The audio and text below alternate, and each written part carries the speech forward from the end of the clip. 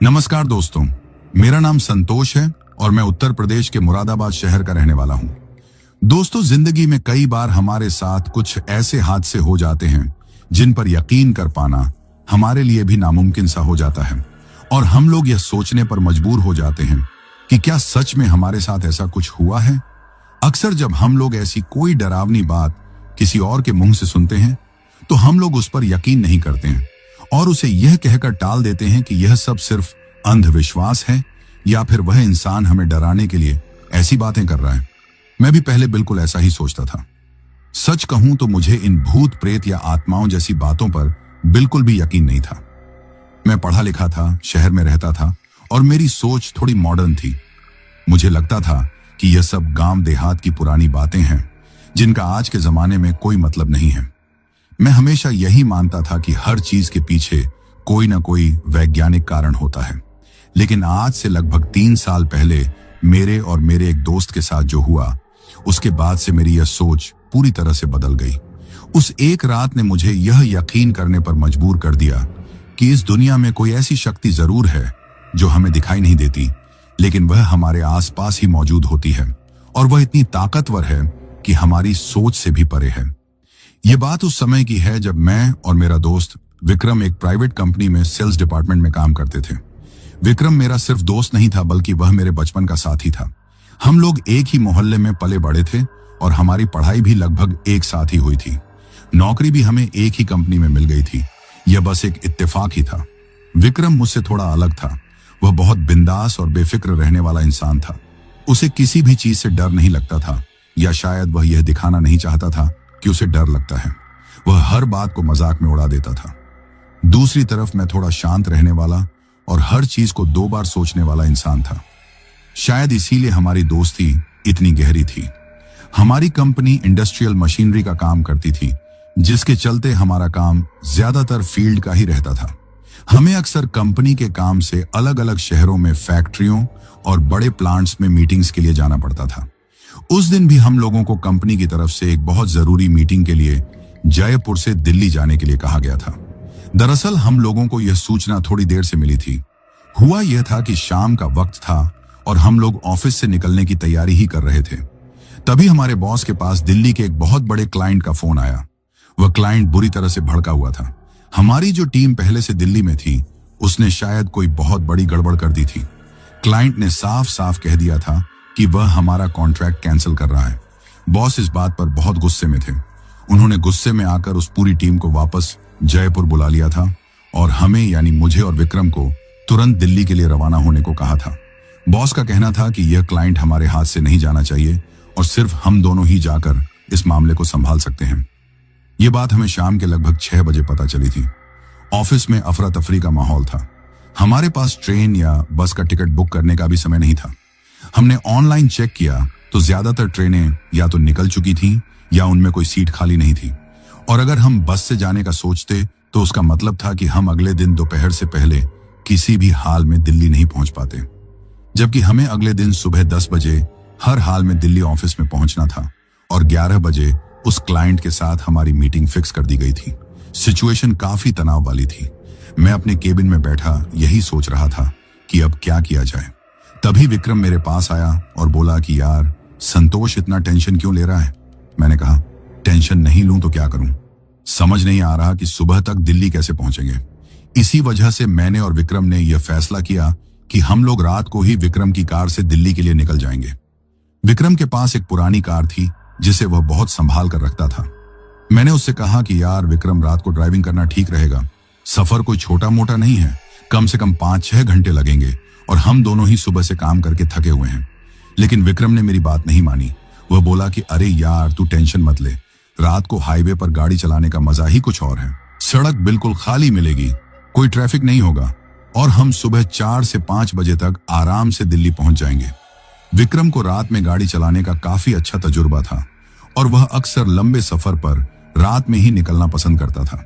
हम लोगों ने सोचा था कि हम रात को आराम से 9 से 10 बजे तक निकलेंगे और सुबह 4 से 5 बजे तक दिल्ली पहुंच जाएंगे और फिर किसी होटल में थोड़ा आराम करके मीटिंग के लिए चले जाएंगे।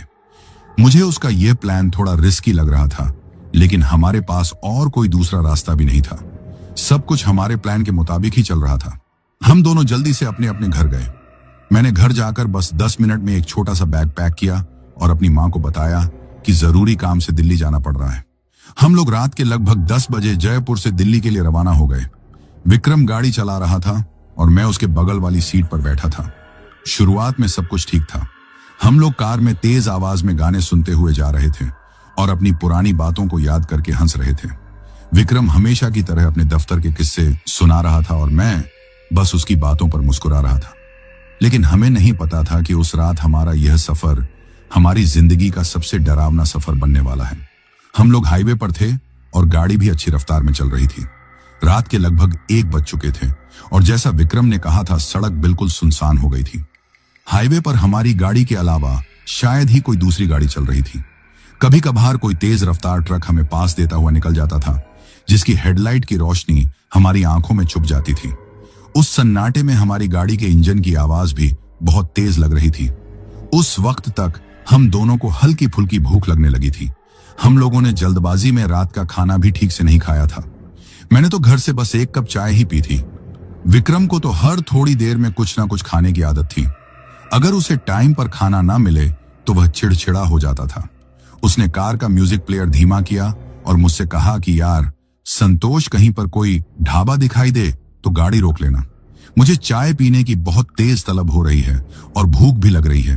पेट में चूहे कूद रहे हैं। मैंने डैशबोर्ड पर देखा। हम लोग जयपुर से काफी दूर निकल आए थे और अब आसपास कोई बड़ा शहर या कस्बा नहीं था। सिर्फ हाईवे और उसके दोनों तरफ घना अंधेरा था। सड़क के किनारे लगे साइन बोर्ड भी ठीक से दिखाई नहीं दे रहे थे। मैंने उससे कहा कि भाई, इतनी रात को इस सुनसान हाईवे पर हमें कौन सा ढाबा खुला मिलेगा? ये कोई शहर नहीं है जहां दुकानें खुली रहें। बेहतर है कि हम लोग चलते रहें और सुबह दिल्ली पहुंचकर ही कुछ खा पी लेंगे। अभी कुछ भारी खा लिया तो नींद आने लगेगी और तू अकेला ही गाड़ी चला रहा है। मुझे तो ड्राइविंग आती नहीं है, लेकिन विक्रम थोड़ा जिद्दी किस्म का था, जैसा मैंने आपको बताया था। वह मुझसे कहने लगा कि नहीं यार, मुझसे अब गाड़ी नहीं चलाई जाएगी। मेरा सिर दर्द करने लगा है और अगर मुझे चाय नहीं मिली तो मैं यहीं गाड़ी रोककर सो जाऊंगा। मैं जानता था कि वह मजाक कर रहा है, लेकिन मैं यह भी जानता था कि वह बिना चाय पिए मानेगा नहीं। उसकी यह आदत पुरानी थी। मैंने कहा कि ठीक है भाई, जैसे ही कोई ढाबा दिखेगा मैं तुझे बता दूंगा, लेकिन अगर नहीं मिला तो मुझसे मत कहना। हम लोग अगले 15-20 मिनट तक खामोशी से चलते रहे। मेरी नजरें अब सड़क के किनारे किसी ढाबे के बोर्ड को ही तलाश रही थी। चारों तरफ इतना अंधेरा था कि कुछ भी ठीक से दिखाई नहीं दे रहा था। हाईवे के दोनों तरफ सिर्फ घने पेड़ या खाली खेत ही नजर आ रहे थे। मुझे तो पूरी उम्मीद थी कि अब सुबह से पहले कुछ नहीं मिलने वाला। तभी थोड़ी दूर आगे चलकर हम लोगों को सड़क के किनारे एक छोटी सी रोशनी टिमटिमाता हुई दिखाई दी। जैसे जैसे हम नजदीक पहुंचे तो देखा कि वह एक छोटा सा ढाबा था। वह ढाबा काफी पुराना और जर्जर हालत में लग रहा था। उसके बाहर एक लकड़ी का बोर्ड लगा था जिस पर शायद ढाबे का नाम लिखा था, लेकिन वह इतना पुराना और धुंधला था कि पढ़ा नहीं जा रहा था। ढाबे के ऊपर बस एक ही पीला बल्ब जल रहा था, जिसकी मध्यम रोशनी में वहां रखी 2-3 चारपाइयां ही दिख रही थीं। ढाबा बिल्कुल सुनसान पड़ा था। वहां हमारे अलावा और कोई नहीं था। मुझे वह जगह देखकर ही थोड़ा अजीब सा लगा। मैंने विक्रम से कहा कि यार, ये जगह कुछ ठीक नहीं लग रही है, यहां रुकना सही होगा। देख, यहां कोई भी नहीं है, लगता है यह बंद हो चुका है। लेकिन उस वक्त विक्रम को सिर्फ खाने से मतलब था। उसे चाय की तलब इतनी जोर से लगी थी कि उसने मेरी बात पर कोई ध्यान ही नहीं दिया। उसने गाड़ी उस ढाबे के सामने ले जाकर रोक दी। हम लोग गाड़ी से नीचे उतरे। गाड़ी से बाहर निकलते ही एक अजीब सी खामोशी ने हमें घेर लिया। हाईवे पर से अब कोई गाड़ी भी नहीं गुजर रही थी। ऐसा सन्नाटा था कि मुझे अपने खुद के दिल की धड़कन सुनाई दे रही थी। हवा बिल्कुल रुकी हुई थी। हम लोग धीरे धीरे चलकर उस ढाबे के पास पहुंचे। वहां जो चारपाइयां पड़ी थीं, वे भी टूटी फूटी थीं। हम लोग ढाबे के अंदर जो एक छोटा सा छप्पर जैसा बना हुआ था, वहां पहुंचे। वहां एक बूढ़ा आदमी बैठा हुआ था जो शायद उस ढाबे का मालिक था। वह एक पुरानी सी लकड़ी की कुर्सी पर बैठा हुआ था और उसकी पीठ हमारी तरफ थी। विक्रम ने आगे बढ़कर उसे आवाज दी, ए बाबा, ओ बाबा जी, कुछ खाने को मिलेगा क्या? हमारी आवाज सुनते ही वह बूढ़ा आदमी जैसे नींद से जागा हो। उसने धीरे धीरे अपनी गर्दन हमारी तरफ घुमाई। उस पीली रोशनी में उसका चेहरा देखकर मैं एक पल के लिए डर ही गया। उसका चेहरा पूरी तरह से झुर्रियों से भरा हुआ था। उसकी आंखें अंदर की तरफ धंसी हुई थीं और वह हमें बड़ी ही अजीब तरीके से घूर रहा था। हम लोगों ने उससे पूछा कि बाबा, कुछ खाने को मिलेगा क्या? उस बूढ़े आदमी ने हमारी तरफ बड़े ही अजीब तरीके से देखा। वह कुछ बोला नहीं, बस हमें घूरता रहा। कुछ पल की खामोशी के बाद वह एक बहुत ही भारी और दबी हुई आवाज में बोला, बेटा, इतनी रात को यहाँ क्या कर रहे हो? यह सड़क रात के वक्त सफर करने के लिए ठीक नहीं है। हम लोगों ने उसकी बात को मजाक में टाल दिया। विक्रम हंसकर बोला, अरे बाबा जी, आप भी क्या बात कर रहे हो? हम लोग सेल्स वाले हैं, हमें डर नहीं लगता। आप तो बस ये बताओ कि खाने में क्या है और चाय मिलेगी या नहीं।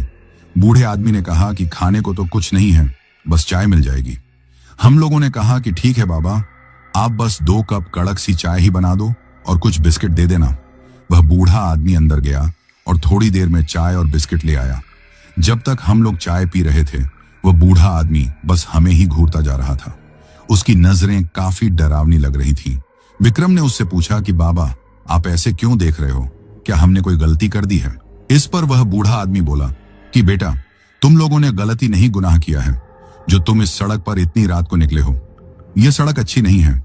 यहाँ पर अक्सर हादसे होते रहते हैं और लोग कहते हैं कि इस सड़क पर किसी चुड़ैल का साया है जो रात के वक्त अकेले सफर करने वालों को अपना शिकार बनाती है। उसकी यह बात सुनकर मैं तो थोड़ा डर गया था, लेकिन विक्रम हंसने लगा और कहने लगा कि बाबा, आप भी कौन से जमाने की बातें कर रहे हो? भूत प्रेत कुछ नहीं होता, ये सब बस मन का वहम है। हम लोगों ने जल्दी से चाय खत्म की और उसको पैसे देकर वहां से निकलने लगे। जैसे ही हम लोग गाड़ी में बैठने लगे तो उस बूढ़े आदमी ने हमें पीछे से आवाज दी और कहा कि बेटा, अगर रास्ते में कोई औरत तुमसे लिफ्ट मांगे तो भूलकर भी गाड़ी मत रोकना, चाहे कुछ भी हो जाए। हम लोगों ने उसकी बात पर ज्यादा ध्यान नहीं दिया और गाड़ी में बैठकर वहां से निकल गए। हम लोग उस बूढ़े की बातों का मजाक बनाते हुए आगे बढ़ रहे थे। विक्रम कह रहा था कि देखा कैसे डरा रहा था, वह बुढ़ा लगता है, उसका सामान नहीं बिका होगा, इसीलिए वह हम पर गुस्सा निकाल रहा था। हम लोग अभी उस ढाबे से लगभग 15 से 20 किलोमीटर ही आगे आए होंगे कि तभी मुझे सड़क के किनारे कोई सफेद साड़ी में खड़ा हुआ दिखाई दिया। जैसे जैसे हमारी गाड़ी नजदीक पहुंची तो हमें दिखा कि वह एक औरत थी जो सड़क के बीचों बीच खड़ी होकर हाथ दे रही थी। उस वक्त रात के लगभग 2:30 बज रहे थे और उस सुनसान सड़क पर एक औरत को यूं अकेले खड़ा देखकर हम दोनों को ही बड़ा अजीब लगा। विक्रम ने मुझसे पूछा कि क्या करें। मुझे उस बूढ़े आदमी की बात याद आ गई और मैंने विक्रम से कहा कि भाई, गाड़ी मत रोकना, मुझे कुछ ठीक नहीं लग रहा है। लेकिन विक्रम शायद यह दिखाना चाहता था कि वह डरता नहीं है। उसने कहा कि अरे यार, हो सकता है बेचारी किसी मुसीबत में हो, हमें मदद करनी चाहिए। यह कहकर उसने गाड़ी उस औरत के पास जाकर रोक दी। मैं उसे मना करता रहा, लेकिन उसने मेरी एक नहीं सुनी। उसने गाड़ी का शीशा नीचे किया और उस औरत से पूछा कि क्या हुआ, आप इतनी रात को यहां अकेली क्या कर रही हैं? वह औरत कुछ नहीं बोली। उसने बस अपनी उंगली से आगे की तरफ इशारा कर दिया, जैसे वह कहना चाह रही हो कि उसे आगे जाना है। उसका चेहरा उसकी साड़ी के पल्लू से ढका हुआ था, इसलिए हम लोग उसका चेहरा ठीक से नहीं देख पा रहे थे। विक्रम ने मुझसे कहा कि यार, लगता है यह बेचारी बोल नहीं सकती या शायद बहुत डरी हुई है। चल इसे आगे आने वाले गांव तक छोड़ देते हैं। मैंने उसे फिर से समझाने की कोशिश की, लेकिन वह नहीं माना और उसने पीछे का दरवाजा खोल दिया। वह औरत धीरे धीरे चलकर आई और गाड़ी में पीछे की सीट पर बैठ गई। जैसे ही वह गाड़ी में बैठी, एक अजीब सी ठंडी हवा का झोंका पूरी गाड़ी के अंदर फैल गया।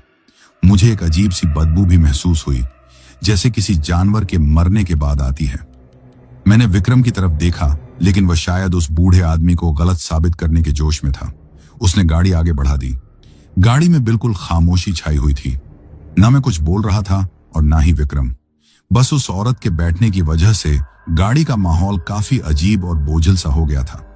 मुझे बार बार उस बूढ़े की बातें याद आ रही थीं। मैंने हिम्मत करके गाड़ी के अंदर वाले शीशे से पीछे देखने की कोशिश की, जिसमें हम पीछे का नजारा देख सकते हैं। जब मैंने उस शीशे में देखा तो मुझे दिखाई दिया कि वह औरत बिल्कुल सीधी बैठी हुई है और उसका चेहरा अभी भी उस पल्लू से ढका हुआ है। मुझे थोड़ी तसल्ली हुई कि शायद मैं ही फालतू में डर रहा था, लेकिन तभी मेरी नजर उस औरत के पैरों पर गई जो मुझे उस शीशे में हल्के से दिखाई दे रहे थे। उसके पैर देखकर मेरा खून ही जम गया। उस औरत के पैर सीधे नहीं बल्कि उल्टे थे। उसकी एड़ियां आगे की तरफ थीं और पंजे पीछे की तरफ। ये देखते ही मेरे मुंह से चीख निकलने वाली थी, लेकिन मैंने किसी तरह खुद को काबू में रखा। मैं बुरी तरीके से कांपने लगा था। मेरे माथे पर पसीना आ गया था। विक्रम गाड़ी चलाते हुए मुझसे कुछ कह रहा था, लेकिन मेरे कानों में उसकी कोई भी आवाज नहीं जा रही थी। मेरी आंखें तो बस उस शीशे पर ही टिकी हुई थीं। तभी मुझे ऐसा लगा जैसे उस औरत ने अपना सिर हल्का सा उठाया है। मैं डर के मारे अपनी आंखें बंद करना चाहता था, लेकिन मुझसे हो नहीं पा रहा था। उस औरत ने धीरे धीरे अपने चेहरे पर से वह पल्लू हटाया। जब मैंने उसका चेहरा देखा तो मेरी रूह कांप गई।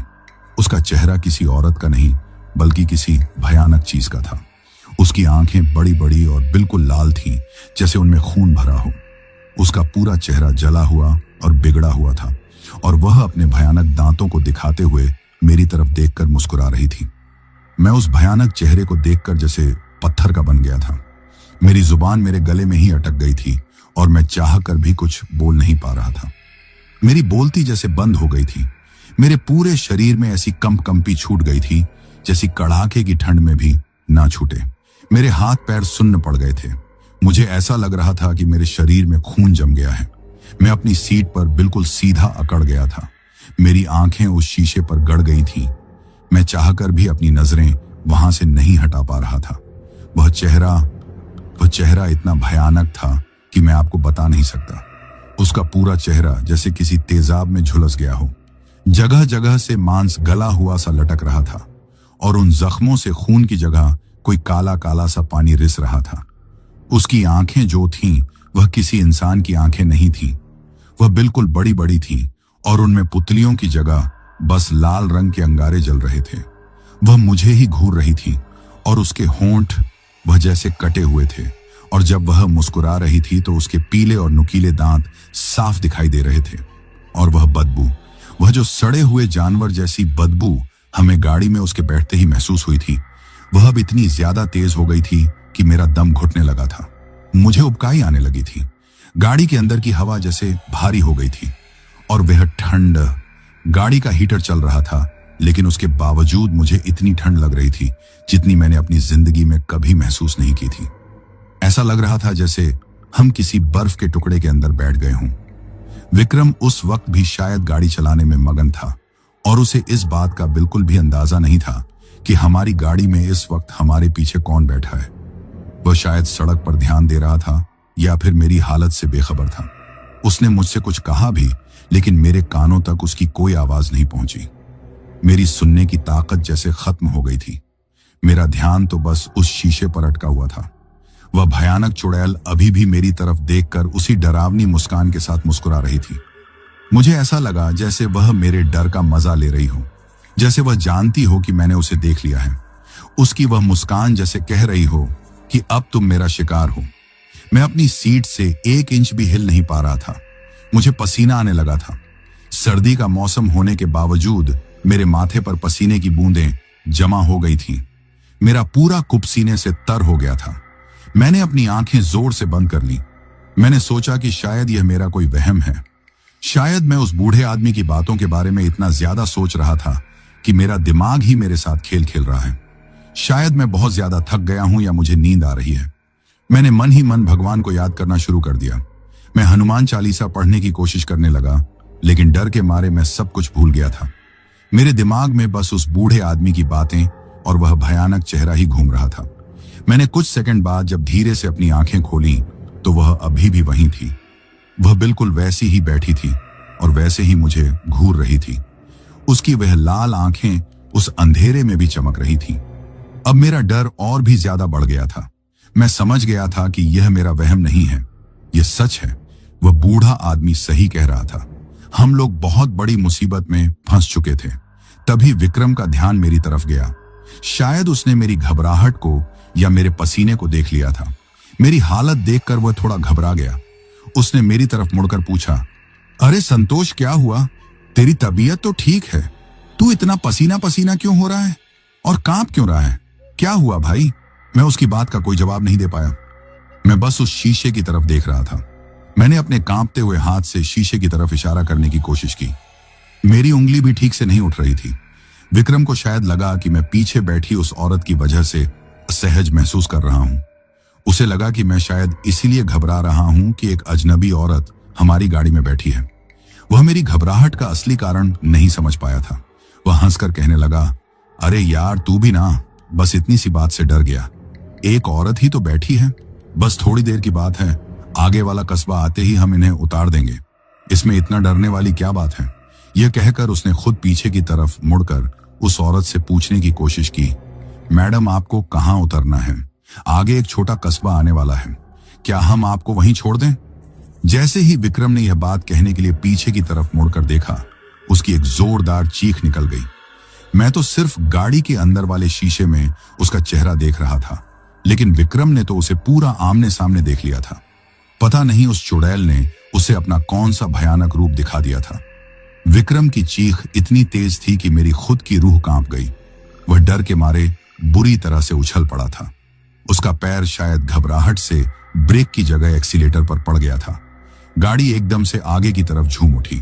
विक्रम ने घबराहट में गाड़ी का स्टीयरिंग इतनी जोर से घुमा दिया कि हमारी कार उस सुनसान सड़क पर बुरी तरह से लहराने लगी।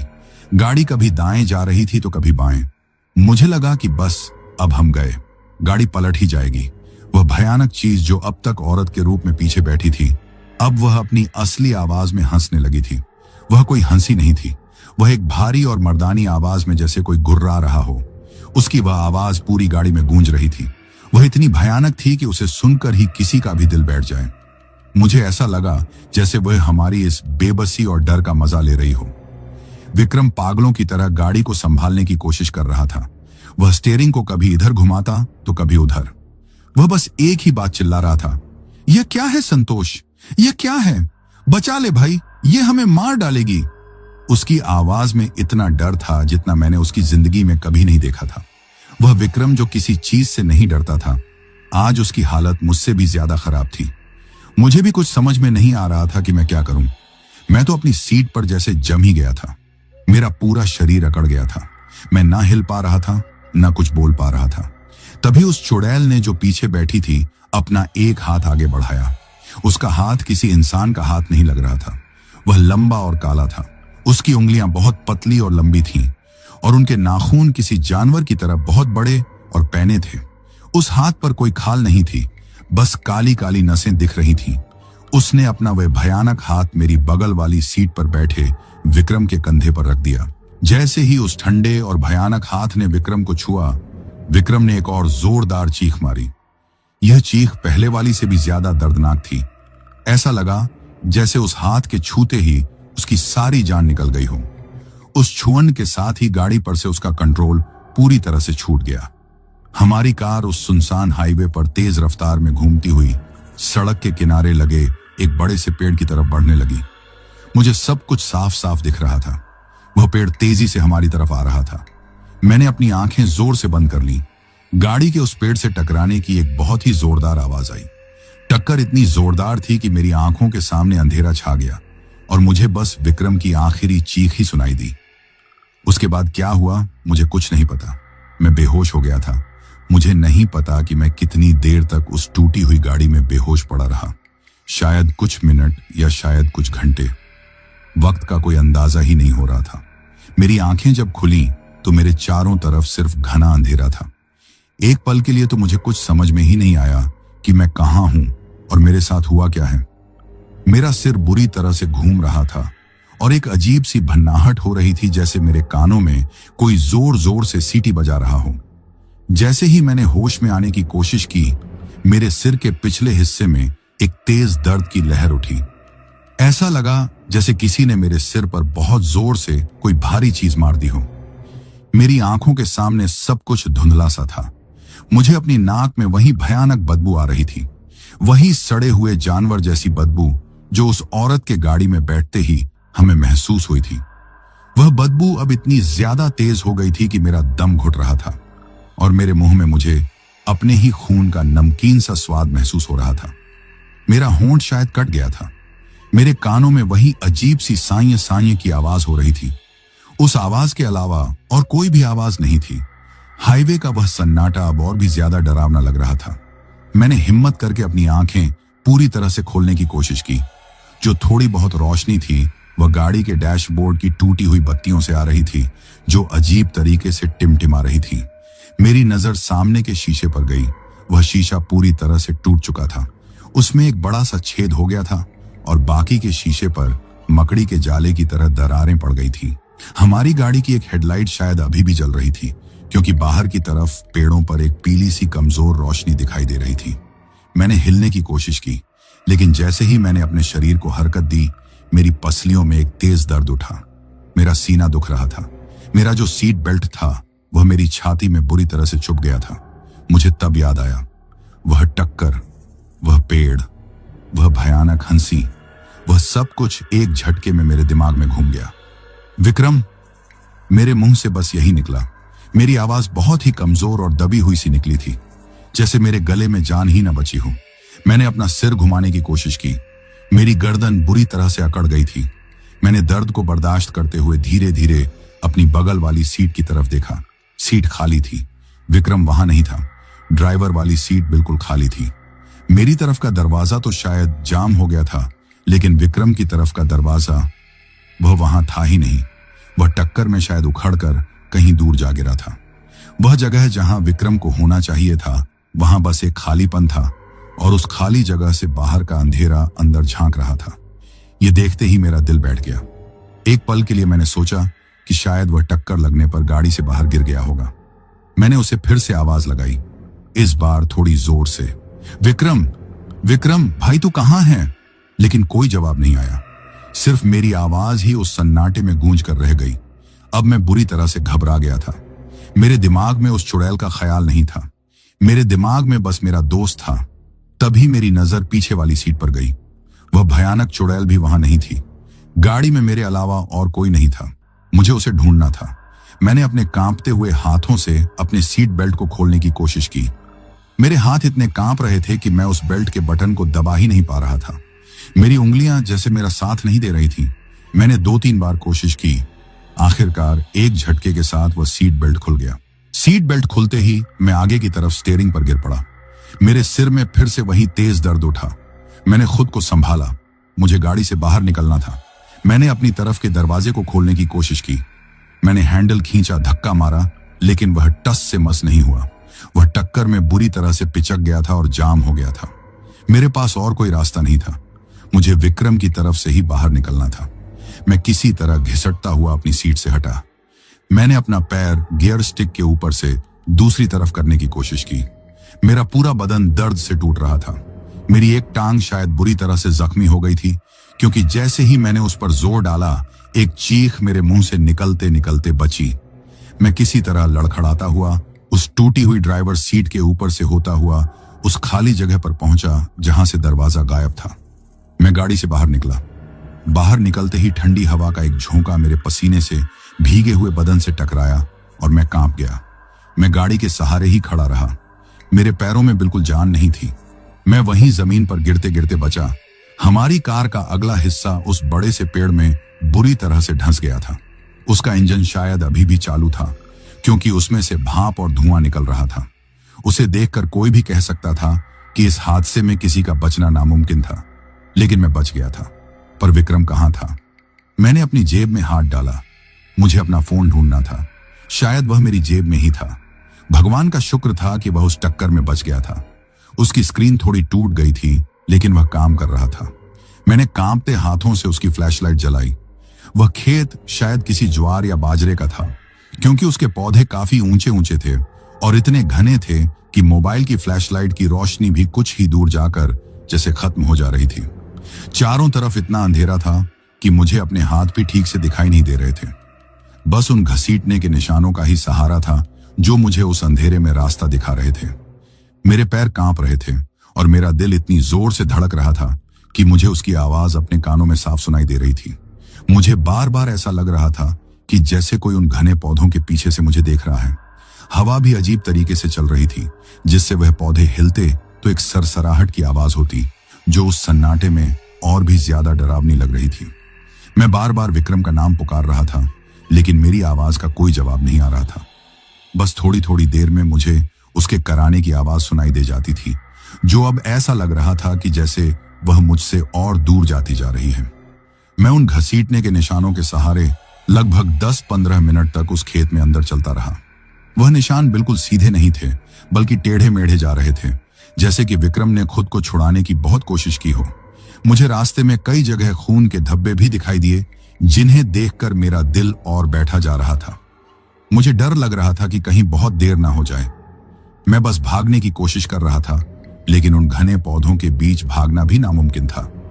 चलते चलते मैं खेत के बीचों बीच एक थोड़ी सी खुली जगह पर पहुंच गया। वहां पर कोई फसल नहीं थी, बस एक पुरानी टूटी फूटी सी झोपड़ी बनी हुई थी।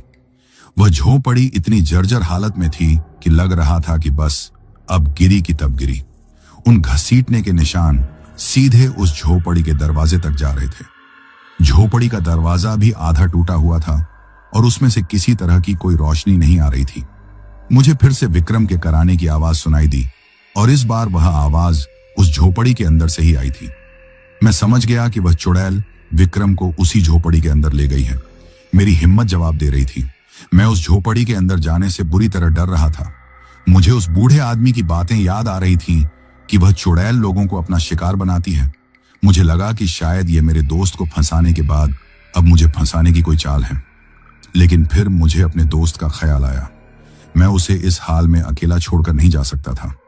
मैंने हिम्मत जुटाई और अपने मोबाइल की फ्लैशलाइट को उस टूटे हुए दरवाजे पर फोकस किया और धीरे धीरे उस झोपड़ी की तरफ बढ़ने लगा।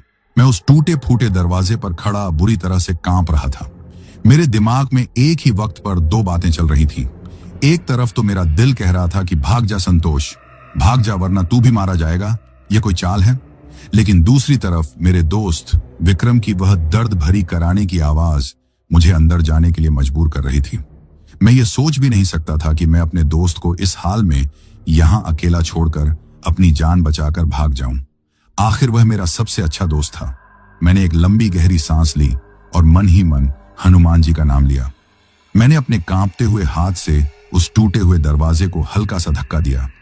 वह दरवाजा पहले से ही आधा टूटा हुआ था और मेरे धक्का देते ही एक तेज चरचराहट की आवाज के साथ और ज्यादा खुल गया। जैसे ही दरवाजा खुला, उस झोपड़ी के अंदर से एक इतनी भयानक सड़ी हुई बदबू का झोंका आया कि मेरा दम ही घुटने लगा। वह बदबू ऐसी थी जैसे किसी जानवर की लाश कई दिनों से एक ही जगह पर पड़ी पड़ी सड़ गई हो। मुझे उबकाई आने लगी, लेकिन मैंने किसी तरह खुद को रोका। मैंने अपने मोबाइल की फ्लैशलाइट को उस अंधेरी झोपड़ी के अंदर घुमाया। अंदर बिल्कुल घुप अंधेरा था। वह झोपड़ी अंदर से बहुत ज्यादा बड़ी तो नहीं थी, लेकिन पूरी तरह से खाली भी नहीं थी। एक कोने में मिट्टी के कुछ टूटे हुए घड़े पड़े थे और दूसरी तरफ शायद कुछ पुरानी बोरियां पड़ी थीं, जो अब गल चुकी थीं। झोपड़ी की छत भी जगह जगह से टूटी हुई थी, जिसमें से आसमान के तारे तो नहीं दिख रहे थे, क्योंकि वह फसल ही इतनी घनी थी कि आसमान ढका हुआ था। मैंने डरते डरते उस झोपड़ी के अंदर अपना पहला कदम रखा। मेरे जूतों के नीचे सूखी पत्तियां और लकड़ी के टुकड़े थे, जिनकी वजह से मेरे हर कदम पर चरमर की आवाज हो रही थी, जो उस सन्नाटे में बहुत तेज लग रही थी। विक्रम, विक्रम, तू कहां है भाई? मैंने बहुत ही दबी हुई आवाज में उसे पुकारा। मेरी आवाज का कोई जवाब नहीं आया। बस मेरे कानों में मेरी खुद की दिल की धड़कन की आवाज आ रही थी। मैंने अपनी फ्लैशलाइट को धीरे धीरे झोपड़ी के चारों तरफ घुमाया। मुझे वहां कोई भी दिखाई नहीं दिया। वह घसीटने के निशान तो झोपड़ी के अंदर तक आए थे, लेकिन अब वह भी उस धूल और कचरे में जैसे गायब हो गए थे। मुझे लगा कि शायद मुझसे कोई गलती हो गई है या वह चुड़ैल विक्रम को कहीं और ले गई है। तभी मुझे अपने बिल्कुल पास से ही किसी के सांस लेने की हल्की सी आवाज आई। मैं डर के मारे उछल पड़ा और मैंने तुरंत अपनी लाइट को उस कोने में घुमाया जहां से वह आवाज आई थी, और जो मैंने देखा उसे देखकर मेरी जान ही निकल गई। विक्रम! विक्रम उसी कोने में दीवार से सटकर बैठा हुआ था। वह अपने घुटनों में अपना सिर छुपाए हुए था और उसके कपड़े कई जगह से फट गए थे और उन पर खून के धब्बे लगे हुए थे। मैं एक पल के लिए सब कुछ भूल गया और भागकर उसके पास गया। विक्रम! विक्रम! तू ठीक तो है ना? देख, मैं आ गया हूं। मैंने उसके कंधे पर हाथ रखते हुए कहा। वह कुछ नहीं बोला, बस उसने एक हल्की सी कराह भरी। चल भाई, उठ, हमें यहां से निकलना है। वह चीज यहीं कहीं हो सकती है। मैंने उसे पकड़कर उठाने की कोशिश की। वह बहुत भारी लग रहा था, जैसे उसके शरीर में जान ही न बची हो। मैंने पूरी ताकत लगाकर उसे सहारा दिया, जैसे ही मैंने उसे सहारा देकर थोड़ा सा सीधा किया, उसने धीरे से अपना सिर ऊपर उठाया। मैंने उसकी तरफ देखा, लेकिन जो चेहरा मैंने देखा वह मेरे दोस्त विक्रम का तो था, लेकिन उसकी आंखें पूरी की पूरी सफेद हो चुकी थीं।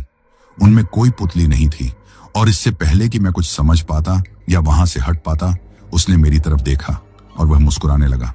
वह एक ऐसी भयानक मुस्कान थी जिसे देखकर किसी की भी रूह कांप जाए। मैं डर के मारे उसे छोड़कर पीछे हटने ही वाला था कि तभी मुझे अपने ठीक पीछे उस झोपड़ी के टूटे हुए दरवाजे से किसी के जोर जोर से हंसने की आवाज सुनाई दी। वह वही भारी और डरावनी हंसी थी जो हमने गाड़ी में सुनी थी। मैं समझ गया था, मैं बुरी तरह से फंस चुका था।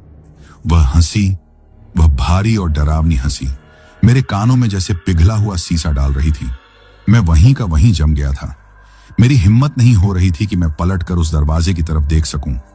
मेरे सामने मेरा दोस्त विक्रम बैठा हुआ था, जिसकी आंखें पूरी तरह से सफेद थीं, और वह मुझे देखकर मुस्कुरा रहा था, और मेरे ठीक पीछे वह चुड़ैल खड़ी मेरी मौत पर हंस रही थी। मुझे लगा कि बस आज मेरा आखिरी दिन है। मैं बुरी तरह से कांपने लगा था और मेरे मुंह से आवाज निकलनी बंद हो गई थी। तभी मुझे मेरे पीछे से किसी के धीरे धीरे कदम बढ़ाने की आहट सुनाई दी। वह आहट उस झोपड़ी के अंदर की तरफ ही आ रही थी। मैं समझ गया था कि वह अब मेरे बिल्कुल पास आ चुकी है। मेरे पास सोचने का ज्यादा वक्त नहीं था। तभी मैंने कुछ ऐसा देखा जिसने मेरे बचे खुचे होश भी उड़ा दिए।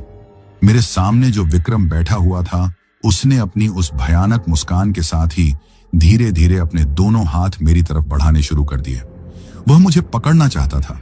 यह देखते ही मेरे अंदर ना जाने कहां से एक झटके से हिम्मत आई। मुझे लगा कि अगर मैं एक पल भी और यहां रुका तो मैं जिंदा नहीं बचूंगा। मैंने फैसला कर लिया था कि चाहे कुछ भी हो जाए, मुझे यहां से भागना है। मैंने अपनी पूरी ताकत बटोरी और बिना पीछे देखे ही उस टूटे हुए दरवाजे की तरफ भागा। मेरी बस यही कोशिश थी कि मैं किसी भी तरह उस झोपड़ी से बाहर निकल जाऊं। जैसे ही मैं उस टूटे हुए दरवाजे के पास पहुंचा, मुझे ऐसा लगा कि जैसे मैं किसी बर्फीली दीवार से टकरा गया हूं। मेरे सामने हवा में वही भयानक जला हुआ चेहरा था। वह चुड़ैल उस दरवाजे के बीचों बीच खड़ी मेरा रास्ता रोके हुए थी, और अब वह हंस नहीं रही थी, बल्कि मुझे गुस्से से घूर रही थी। उसकी वह लाल आंखें जैसे मेरे अंदर तक देख रही थीं। लेकिन उस वक्त मुझ पर अपनी जान बचाने का भूत सवार था। मैं चीख पड़ा और मैंने अपने दोनों हाथों से उसे जोर से धक्का देने की कोशिश की, लेकिन मेरा हाथ जैसे हवा में से निकल गया। वह कोई जीती जागती चीज नहीं थी, वह एक साया था। मैं उसके शरीर के आर पार होता हुआ उस झोपड़ी से बाहर निकल गया, और बाहर निकलते ही मैं बुरी तरह से लड़खड़ाकर जमीन पर गिर पड़ा। लेकिन मैं रुका नहीं। मैं घिसटता हुआ उठा और वापस उसी घने खेत में पागलों की तरह भागने लगा जिस रास्ते से मैं आया था। मुझे बस किसी भी तरह उस हाईवे पर वापस पहुंचना था। मुझे अपने पीछे से विक्रम की एक भयानक चीख और उस चुड़ैल की जोरदार हंसी सुनाई दी। मैं भागते भागते बार बार पीछे देख रहा था। मुझे उन घने पौधों के बीच में से विक्रम का वह सफेद आंखों वाला चेहरा अपनी तरफ आता हुआ दिखाई दे रहा था। वह भी मेरे पीछे भाग रहा था। मैं उस घने खेत में पागलों की तरह भाग रहा था। मेरे फेफड़े जैसे फटने को हो रहे थे। मैं उन ऊंचे ऊंचे पौधों से टकराता हुआ बस आगे की तरफ भागे जा रहा था। मुझे नहीं पता था कि मैं किस तरफ जा रहा हूं, बस मुझे उस हाईवे पर वापस पहुंचना था। मुझे अपने पीछे से विक्रम के भागने की आवाज साफ सुनाई दे रही थी। वह कोई इंसान नहीं बल्कि कोई जानवर लग रहा था, जो बिना रुके मेरी तरफ दौड़ा चला आ रहा था। उसके भागने की आहट के साथ साथ मुझे उन पौधों के टूटने की आवाज भी आ रही थी। मैं बुरी तरह से हाँफ रहा था और मेरे पैर अब जवाब देने लगे थे। भागते भागते मैं कई बार गिरा भी, लेकिन मैं फौरन उठकर फिर से भागने लगता था। मुझे पता था कि अगर मैं एक पल के लिए भी रुका तो वह मुझे पकड़ लेगा। मेरी आंखों के सामने बस मौत नाच रही थी। मुझे बार बार विक्रम का वह सफेद आंखों वाला चेहरा और वह भयानक मुस्कान याद आ रही थी। तभी भागते भागते मेरा पैर किसी पत्थर या लकड़ी के टुकड़े से टकराया और मैं मुंह के बल जमीन पर गिर पड़ा। मेरे हाथ में जो मोबाइल था वह मेरे हाथ से छूटकर कहीं दूर उस घनी फसल में जा गिरा और उसकी लाइट भी बंद हो गई। अब चारों तरफ बिल्कुल घना अंधेरा छा गया था। मैं उस अंधेरे में जैसे अंधा हो गया था। मेरे गिरने की वजह से मेरे घुटने भी बुरी तरह से छिल गए थे और उनमें से खून निकलने लगा था। मैं दर्द के मारे कराह उठा, लेकिन जैसे ही मेरे कराने की आवाज निकली, मेरे पीछे से आ रही वह भागने की आहट भी रुक गई। मैं समझ गया था कि उसने मुझे सुन लिया है। मैं वहीं जमीन पर पड़ा हुआ अपनी सांसों को रोकने की कोशिश करने लगा। मेरा दिल इतनी जोर से धड़क रहा था कि मुझे डर था कि कहीं विक्रम को मेरे दिल की धड़कन ही ना सुनाई दे जाए। चारों तरफ अब मौत से भी ज्यादा सन्नाटा था। बस हवा के चलने से उन पौधों की सरसराहट की आवाज आ रही थी। मुझे लगा कि शायद वह मुझे खो चुका है। मैं वहीं पड़ा पड़ा रेंगते हुए आगे बढ़ने की कोशिश करने लगा, लेकिन तभी मुझे उन पौधों के बीच से किसी के धीरे धीरे चलकर मेरी तरफ ही आने की आहट सुनाई दी। वह आहट बहुत धीमी थी, जैसे कोई दबे पांव शिकार की तरफ बढ़ रहा हो। मैं समझ गया था कि वह मेरे बिल्कुल पास है। मैं डर के मारे अपनी आंखें बंद कर ली, लेकिन तभी मुझे अपने बिल्कुल सामने उन घने पौधों के हिलने की आवाज आई, और इससे पहले कि मैं कुछ समझ पाता, विक्रम का वह भयानक चेहरा उन पौधों के बीच से निकला और उसने एक झटके में मेरे गिरेबान को पकड़ लिया। वह अब भी मुस्कुरा रहा था। उसकी पकड़ इतनी मजबूत थी कि मुझे लगा कि मेरी गर्दन की हड्डी ही टूट जाएगी। उसने मुझे एक झटके से जमीन से ऊपर उठाया, जैसे मैं कोई खिलौना हूं। मैं उसके हाथों में छटपटाने लगा, लेकिन मेरी सारी ताकत जैसे खत्म हो गई थी। वह मुझे घूरते हुए धीरे धीरे अपना दूसरा हाथ मेरी गर्दन की तरफ बढ़ाने लगा। मैं समझ गया था कि वह मुझे मारने वाला है। मैं उसकी पकड़ में बुरी तरह से छटपटा रहा था, और वह अपनी उन्हीं सफेद आंखों से मुझे घूरता हुआ अपना दूसरा हाथ मेरी गर्दन की तरफ ला रहा था। उसकी पकड़ इतनी मजबूत थी कि मेरा दम घुटने लगा था। मुझे लगा कि बस अब मैं मरने वाला हूं। मेरे हाथ पैर हवा में झूल रहे थे। मैं अपनी पूरी ताकत से उसके हाथ को हटाने की कोशिश कर रहा था, लेकिन वह जैसे लोहे का बन गया था। तभी ना जाने क्या हुआ कि छटपटाते हुए मेरा हाथ मेरी ही छाती पर गया, जहां मेरी मां का दिया हुआ एक छोटा सा हनुमान जी का लॉकेट मेरी चेन में पड़ा रहता था, जिसे मैं हमेशा अपनी शर्ट के अंदर छुपा कर रखता था। जैसे ही मेरा हाथ उस लॉकेट पर पड़ा, मुझे ना जाने कहां से एक ख्याल आया। मैंने उस लॉकेट को अपनी मुट्ठी में भींच लिया और अपनी पूरी ताकत से जो मेरे अंदर बची हुई थी, मैंने उस लॉकेट को विक्रम के उस हाथ पर दबा दिया जिसने मेरा गिरेबान पकड़ा हुआ था। जैसे ही वह लॉकेट उसके हाथ से छुआ, एक भयानक चीख उस पूरे खेत में गूंज उठी। वह चीख विक्रम की नहीं थी, वह उसी भारी और मर्दानी आवाज वाली चीख थी। उस चीख के साथ ही विक्रम के शरीर को एक इतना तेज झटका लगा जैसे उसे किसी ने जोर से करंट लगा दिया हो। उसकी पकड़ मेरे गिरेबान पर से ढीली पड़ गई और उसने मुझे छोड़कर अपने दोनों हाथों से अपना वह हाथ पकड़ लिया जिस पर मैंने वह लॉकेट छुआया था। वह बुरी तरह से तड़प रहा था और उस घने अंधेरे में भी मैं देख सकता था कि जिस जगह पर वह लॉकेट छुआ था वहां से धुआं निकल रहा था। वह जमीन पर गिर गया और किसी घायल जानवर की तरह तड़पने लगा। मैं यह सब देखकर एक पल के लिए वहीं खड़ा रहा, लेकिन तभी मुझे उस झोपड़ी की तरफ से उस चुड़ैल के गुस्से में चीखने की आवाज सुनाई दी। यह सुनते ही मेरे होश ठिकाने आए। मुझे समझ आ गया था कि मेरे पास भागने का यह आखिरी मौका है। मैंने एक पल भी नहीं गंवाया। मैं फौरन उठा और बिना एक बार भी पीछे मुड़े उस खेत में वापस भागने लगा। मुझे नहीं पता था कि हाईवे किस तरफ है। मैं बस उस घने अंधेरे में भागता जा रहा था। मुझे अपने पीछे से विक्रम के तड़पने की और उस चुड़ैल के गुस्से में चिल्लाने की आवाजें आ रही थीं, लेकिन मैंने पीछे मुड़कर देखने की गलती नहीं की। मैं शायद 15-20 मिनट तक पागलों की तरह भागता रहा। भागते भागते मैं कब उस खेत से बाहर निकलकर वापस उस हाईवे पर आ गया, मुझे पता ही नहीं चला। मैं सड़क पर आते ही धड़ाम से गिर पड़ा और मैं इतनी बुरी तरह से हाँफ रहा था कि मुझे लग रहा था कि मेरे फेफड़े बाहर आ जाएंगे। मैं वहीं सड़क पर पड़ा पड़ा आसमान की तरफ देखने लगा। रात का अंधेरा अब थोड़ा थोड़ा कम होने लगा था। शायद सुबह होने वाली थी। मुझे कुछ समझ नहीं आ रहा था कि मेरे साथ क्या हुआ। क्या विक्रम, क्या वह अभी भी उस खेत में था? क्या वह बच पाएगा? ये सब सोचते सोचते मेरी आंखों में आंसू आ गए।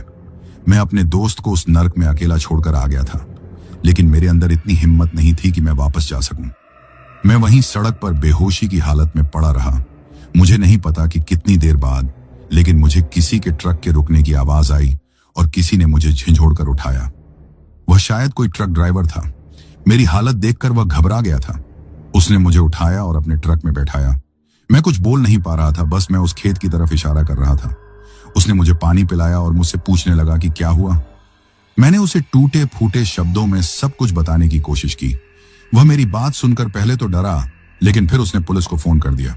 थोड़ी देर में वहां पुलिस आ गई। उन्होंने मुझसे सवाल जवाब किए। मैंने उन्हें वह सब कुछ बता दिया जो उस रात मेरे साथ हुआ था। पुलिस वालों को मेरी बात पर यकीन नहीं हो रहा था। उन्हें लग रहा था कि शायद एक्सीडेंट की वजह से मैं सदमे में हूं। वह लोग मुझे लेकर उस खेत में गए। सुबह की हल्की रोशनी हो चुकी थी। हम उस झोपड़ी तक भी गए। वह झोपड़ी बिल्कुल वैसी ही थी, लेकिन अंदर कोई नहीं था, न विक्रम न वह चुड़ैल। बस वहां मिट्टी के टूटे घड़े पड़े थे। पुलिस ने पूरा खेत छान मारा, लेकिन उन्हें विक्रम का कोई सुराग नहीं मिला। ना ही उन्हें वह घसीटने के निशान मिले और ना ही खून के धब्बे। ऐसा लग रहा था जैसे वहां रात को कुछ हुआ ही नहीं था। बस हमारी वह टूटी हुई कार उस पेड़ से टकराई खड़ी थी, जो इस बात का सबूत थी कि हादसा हुआ था। पुलिस ने कई दिनों तक विक्रम की तलाश की, लेकिन वह कभी नहीं मिला। वह जैसे हवा में ही गायब हो गया हो। उस दिन के बाद से मेरी जिंदगी पूरी तरह से बदल गई। मुझे कई रातों तक विक्रम का वह सफेद आंखों वाला चेहरा सपनों में आता रहा। मुझे आज भी वह बूढ़ा आदमी और उसकी वह बातें याद हैं। मैं आज तक नहीं समझ पाया कि उस रात विक्रम के साथ क्या हुआ। क्या वह चुड़ैल उसे अपने साथ ले गई, या वह भी? खैर, मैं नहीं जानता। इस हादसे को आज 3 साल हो गए हैं। मैंने वह नौकरी छोड़ दी है और मैं मुरादाबाद वापस आ गया हूं, लेकिन मैं आज भी उस रात को नहीं भूला हूं। और उस दिन के बाद से मैंने कभी भी रात के वक्त किसी सुनसान हाईवे पर सफर नहीं किया है। तो दोस्तों, यह कहानी यही खत्म हुई।